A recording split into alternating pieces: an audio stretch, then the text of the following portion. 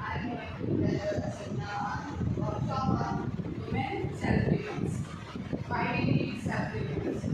So, most of us, those who are studying, will be going further for jobs, right?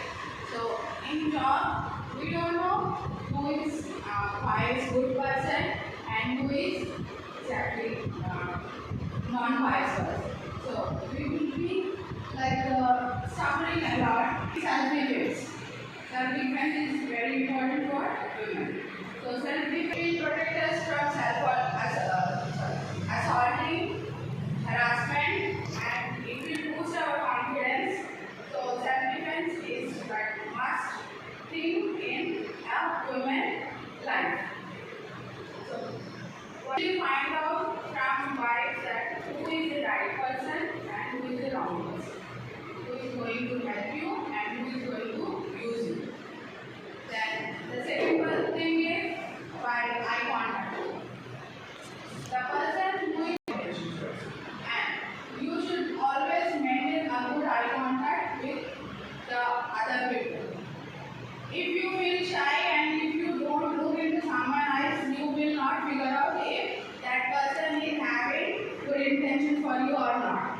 Then the next thing is if you feel someone's eye contact is not appropriate, then you should give them a indirect reply that I am not comfortable. You have to step back. If at all the person is not able to understand your thing and he is going forward or whatever he is going to do with you, then you should give a direct speech message. You should give him direct message that no, I am not going to allow you to do this. Then if still he is not going out of hand, then you have to give everything back and you have to do physical,